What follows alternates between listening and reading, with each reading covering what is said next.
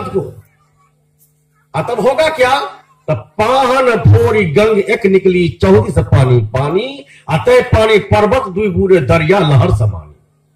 आप देखते हैं हिमालय पार से बहुत सारी नदियां निकलती हैं, वहां पर पहाड़ है, पठार है, पत्थर है, गाछ वृक्ष है, सबको तोड़ते फोड़ते वो धारा तब मैदानी भाग में आती है। तब पाहन फोर गंग एक निकली, तो जिसके अंदर में या भक्ति का जागरण होगा तो क्या करेंगे? पाहन से तात्पर्य जन मिट्टी पत्थर देवा देवी भूया भवानी की पूजा करना। पाहन से मतलब ये भक्ति नाम पर पाप करना। पाहन से मतलब ये भ्रम भ्रांति, ब्रह्मवाद, कर्मकांडवाद, आडंबर, जातिवाद परंपरा से जो चली आ रही है, तो जिसके अंदर में भक्ति का जागरण होगा तो पाहन फोड़ ये तमाम झूठी परंपराओं को, पाप कर्म कांडों को तोड़ते फोड़ते, तमाम पूजा पाठ को, देवा देवी भूया भवानी को हटाते हुए गंग एक निकली, वो ज्ञान रूपी धारा निकलेगी बाहर। 34 पानी पानी, जैसे बाढ़ आती है तो चारों तरफ पानी पानी, और अतिशय बाढ़ आ गई तो छोटी छोटी नदी है या तालाब है या खेत का आर धूर है, तो सब क्या होता है उसमें समझ पता नहीं चलता जो कौन खेत कहां है, कहां पर पोखरी है कि कहां नदी है। दरिया लहर समानी, उस बाढ़ में, उस लहर में जो दरिया है, दरिया से तात्पर्य नदी नाला तालाब, ये जो पोखरा कुआं है, बावरी है, सब उसमें छिप जाते। बोलिए सूर्यदेव को। सब बैठ जाओ।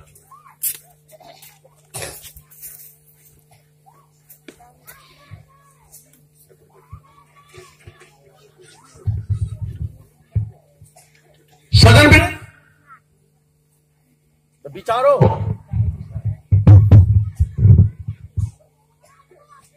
दरिया लहर समानी, ठीक उसी प्रकार जिसके अंतःकरण में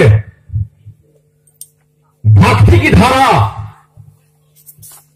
प्रबल हो जाएगी तो क्या होगा? 34 पानी पानी।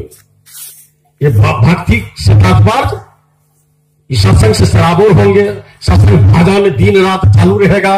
जैसे हम लोग अभी बैठे हुए हैं, सुनते हैं, कहीं जो चलो चलिए अमुक जगह साहब जी आए हैं तो दौड़ते हैं। 34 पानी पानी, कौन पानी? विचार का पानी, ज्ञान का पानी। अतः पानी पर्वत दुई बूढ़े, जिसके अंदर में ये सप्त धारा की पानी, विचार रूपी पानी का प्रादुर्भाव होगा, उसमें 2 पर्वत डूब जाएंगे, यानी बर्बाद हो जाएंगे। कौन?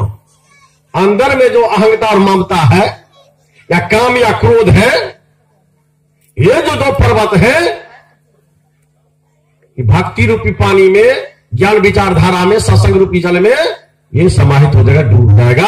और दरिया लहर समानी, और पहले वाले जो सब दरिया है, यानी नाना प्रकार के पूजा पाठ है, जप तप है, मख तीरथ है, सब उस भक्ति में सराबोर हो जाएंगे, मतलब किसी का नाम निशाना नहीं रहेगा। बोलिए सौदेव को। साथी जो जहां आवे साथी से बैठ जाओ, यहां आने की आवश्यकता भी नहीं है, केवल बैठिए, सुनाता से बंदी करके बैठ जाइए, जगह बनाकर बैठिए। महीन बात की चर्चा हो रही है, जरा ऐसा भी मन को इधर उधर करोगे समझ नहीं पाओगे।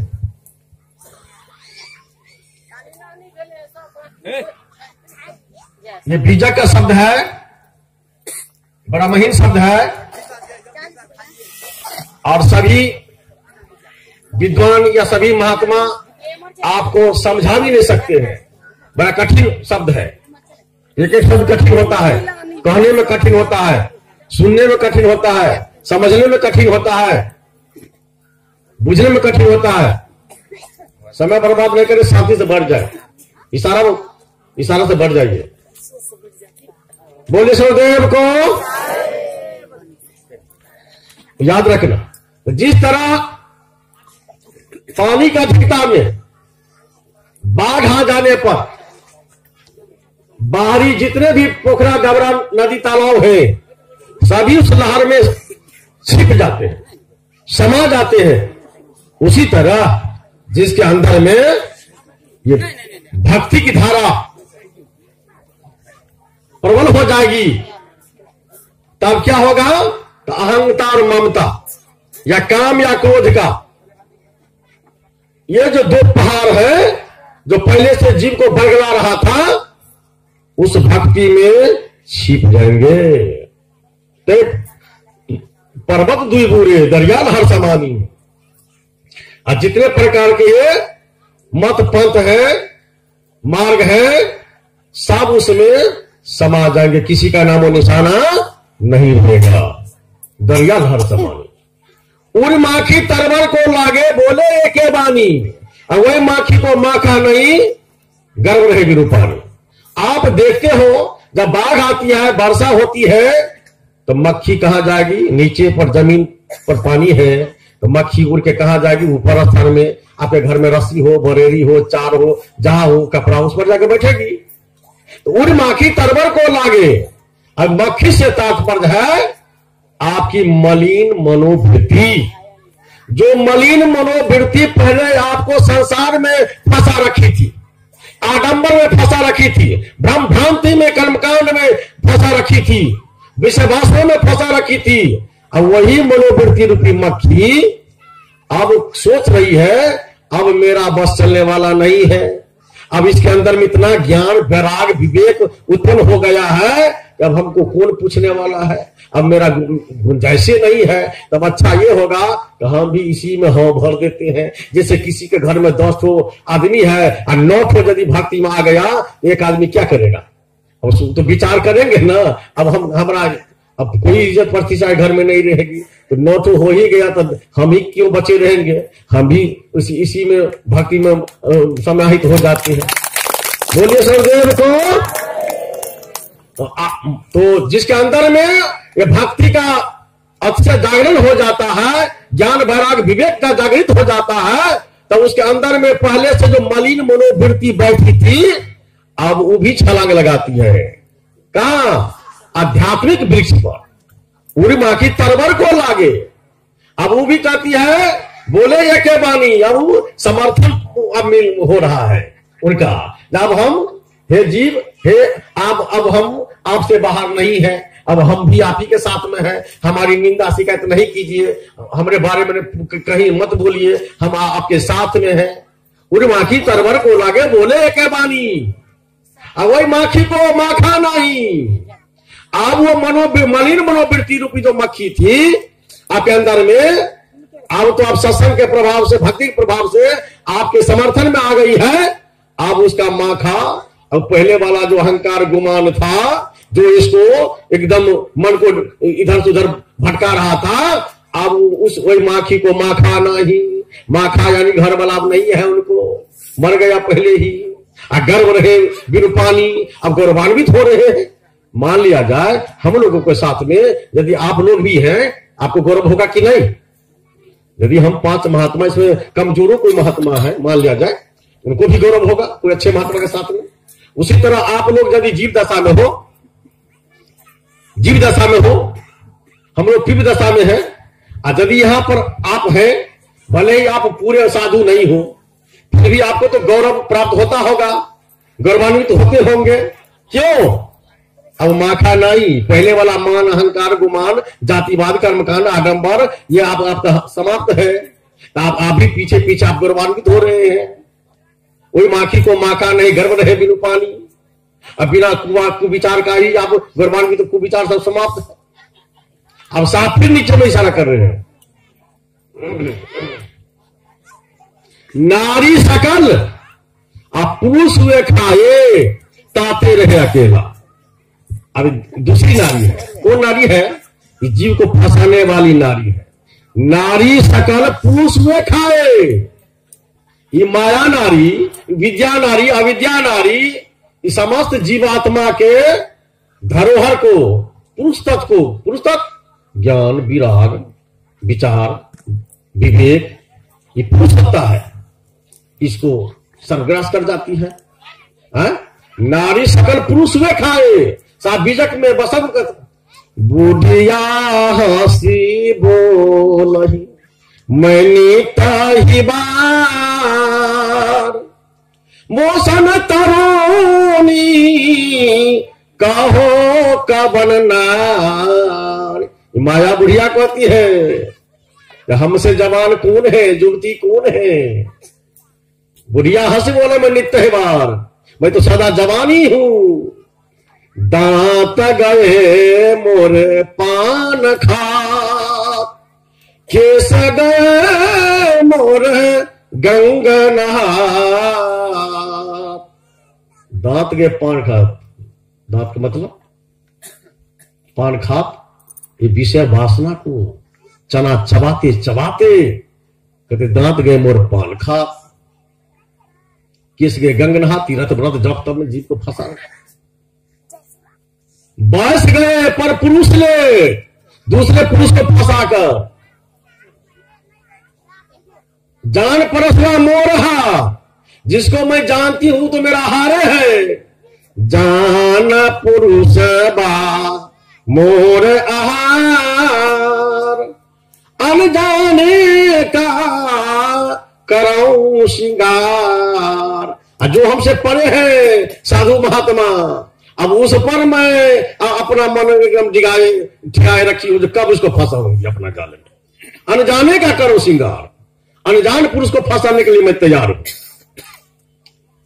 कहाँ ही कबीर बुढ़िया आनंद गाय, अपूत भतार मिली संग ही खाए। ये किसी का नहीं, जब 3 बेटा का नहीं हुआ। पूत भतार मिल संग ही खाए, घरों वाला को बेटों को सबको खाने वाली माया है। बोलिए सदैव की। ज्ञानियों को, वैरागियों को, तपस्वियों को, जोगियों को, सन्यासी को सुना है ना। कामनी अपारूप सबको पाछाड़ी मारे और 3 लोग जीत लिया डंका बजाए के। ब्रह्मा को लूट लिया, विष्णु को लूटा और शिव को लूटा गर्थ जाना चाहे के।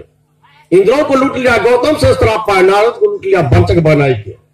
विचारो अवध भोपाल लूटे के बस बने, राम वनवास को सीता संग लाए के। पराशर को लूट लिया नदिया किनार जाए और कृष्णों को लूट लिया माखन खिलाए के। तो सबको लूटा, किसी को नहीं छोड़ा। गोरख को लूट लिया चेत से अचेत कर, मछिंदर को लूट लिया सिंहल द्वीप जाए के। जोगी सन्यासी लूटे, त्यागी बैरागी लूटे। कहे कबीर हे जीव तू जागा किधर भाग के, कहां जाओगे भाग कर। इसलिए ना भागो और ना भोगो, जागो।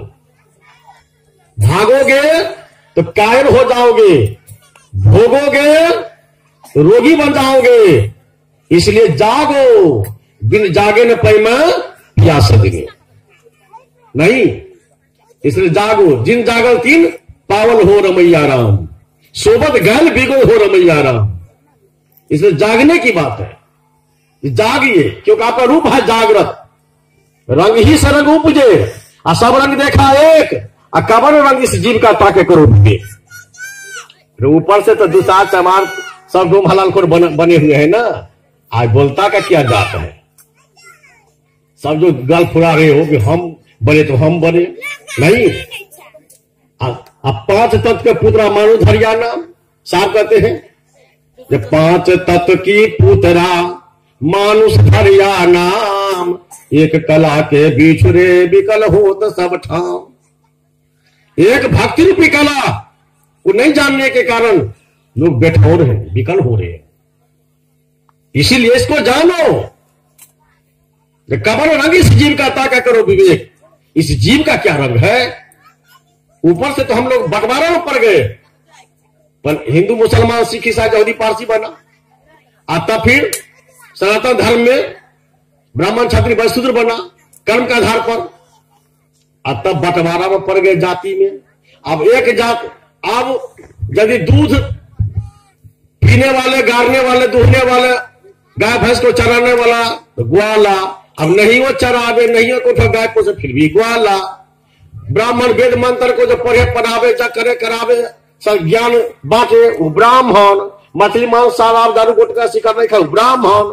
अब डोका सुखा बकरा बकरी खाए, वेद मंत्र जाने न जाने, आचरण अच्छा हो नहीं हो, फिर भी ब्राह्मण नहीं, तो कर्म हट गया। अब रूढ़ी बाती जन्म पकड़ लिया। कुम्हार वाला काम करे न करे कुम्हार, मछली वाला काम करे न करे मल्लाह नहीं, अब कहरिया वाला काम करे न करे चौपाल खतबे नहीं, तो का काम हट गया। अभी रूढ़ीवादी पकड़ लिया है बीमारी जातवाद का, और उसमें भी 7-7 ठो फेर चला। चौपाल खतबे तो 7 प्रकार का खतबे, जादव जी तो 7 प्रकार के जादव जी, माला तो 7 प्रकार के माला, पासवान तो 7 प्रकार के पासवान, और 100 में छाती तनवल। हम तुमसे कम है, हम तोरा घर करने वाले हैं शादी बेटा बेटे की, छाती तनवल हो रहा। साहब कहते हैं जय खोजत कल्पो गया घटे माय सोमूर, आ बाढ़ गर्भ गुमाते ताते पर गए दूर। जिस वस्तु तो आपके नजदीक में है, लेकिन इसी गर्भ गुमान अहंकार में पड़ने के कारण वह सत्य की जो पूंजी है, सत्य जो वस्तु है, आत्मस्वरूप जो है, उनसे हम ओझल हो गए। नहीं, एक जगदीश साहब जकरा के वो बता रहे थे, एक गांव में एगो समधी जी गए बारात, तो समधी जी थे मजरोट यादव, अब बारात चले गए किशोर यादव के यहाँ। अब भोजन करने के बाद समधी जी अपना समधी जी के यहाँ आए, तो समधी जी गेट खोलो अब आराम करो, तो समधी जी ऊपरे से कहते हैं समधी जी उधरे रहियो। कल के किया अरे मजरोट होकर किशोर के यहाँ चले गए, आप बाराती में तो जाइए, इधर जगह नहीं है, उधरे जाइए आराम कीजिए। अब देखियो समधियों जी को जगह नहीं घटने। अब तो धीरे धीरे प्रथा कम हो रही है। अब तो लोग, अब जादव 7 प्रकार के, तो जहां जिसको मेल होता है 7 प्रकार के कोई जाति है तो अपना में अब कम भावना हो रही है, लेकिन बहुत बड़ा छाती तनवर हो रहा है। अभी भी ये बंटवारा है। एक त्वचा हल मन मुद्रा, एक रुधिर एक कूदा, एक मुंह से शीशी रची को ब्राह्मण को सुधा। विचारो सबका शरीर 5 तत्व से बना है। मान लो हम करीपंथी है, हमारे गांव में ब्राह्मण देवता सब सुनते होंगे, तो रामचंद्र महाराज तू जानते हैं कि नहीं? क्या क्षिति जल पावक गगन समीरा, पंच रचित जहां अधम शरीरा। क्षिति माने धरती। अब पूछा जाए धरती ब्राह्मण है कि क्षत्रिय, जादव है कि हलवाई, तत्वा की खतने, दुसाद की चमार। धरती का क्या जात है? कोई चमार यदि जात जमीन बेचे तो पंडित जी खरीदेंगे कि नहीं खरीदेंगे? एक धूर की जगह बदला 2 धूर ले लेंगे। नहीं, विचारो पानी का क्या जात है? कहीं पासवान जी का कॉल है, कोई पूजा करा के पंडित जी लौट रहे जेठ की तपती धूप में, और उसको प्यास लग जाए तो पहले पानी पियेंगे कि दांत फरियाएंगे? दांत फरियाएंगे तो प्यास से मर जाएंगे, नाली हो जाएंगे। घर में कोई बीमार पड़ जाए, छटपटा रहे, डॉक्टर साहब की इंजारी है, और जो कहेंगे कि तेलिया के मुंह देखने से जतरे खराब हो जाता हूँ। और तेरी यदि एमबीबीएस डॉक्टर है तो डॉक्टर के पास जाके इलाज कराएंगे कि डॉक्टर साहब से पूछेंगे यहाँ कौन जाए चाहिए? नहीं। तो पानी का क्या जात है? हवा का क्या जात है? आग का क्या जात है? आकाश का क्या जात है? यदि 5 तत्व का कोई जात नहीं है, यही 5 तत्व का सम्मिलन न हुआ तो पंच रचित जात अधम। उसमें बढ़िया नहीं कहा तुलसी बाबा, अधम कहा, यानी नीच कहा, खराब कहा। क्यों कहा खराब? रसगुल्ला, पेड़ा, मूंगबा, सेब, संतरा, नाना प्रकार का भोजन खूब हंस हंस के देख देख के चबा चबा के खाते हैं, और 3-4 घंटा के बाद जाते हैं जो सप्लाई करने के लिए, उसको बाहर अपना नाक बंद करते हैं, आंखों के देख ले लटकी नहीं देखो नहीं। हाथ को मजबूरी है, जैसे बेचारा हाथ दूसरे के एक जैसा भोजन कर लीजिए, और कोई दूसरे लैट्रिन को साफ करेगी हाथ? अपना बाल बच्चा को मोह ममता तो कर दीजिएगा, लेकिन दूसरे के बाल बच्चा को अधम इसलिए कि बढ़िया बढ़िया चीज में दिया सब खराब हो गया। नहीं, ये बढ़िया रहा ही शरीर, इसलिए कहा अधम। कूड़ा कचरा भरा, गंदे का ढेर, यातन विष की गोलरी। नहीं, विष का खान है। ये तो नहीं कहा कि पंच रचित या ब्राह्मण शरीरा, या जादव शरीरा, या मल्लाह शरीरा, ये तो नहीं कहा। पंच रचित या अधम शरीरा, ये तुलसी बाबा कौन कर्मपंथी थे? कभी साहब उसको कान में मंत्र दे दिया था? वो तो घुसिया न देते पंचरसितिया ब्राह्मण शरीरा पंडित शरीरा। क्यों कहा पंचरसितिया अधम शरीरा? श्री राम ने भी कहा बड़े भाग मानुष तन पावा।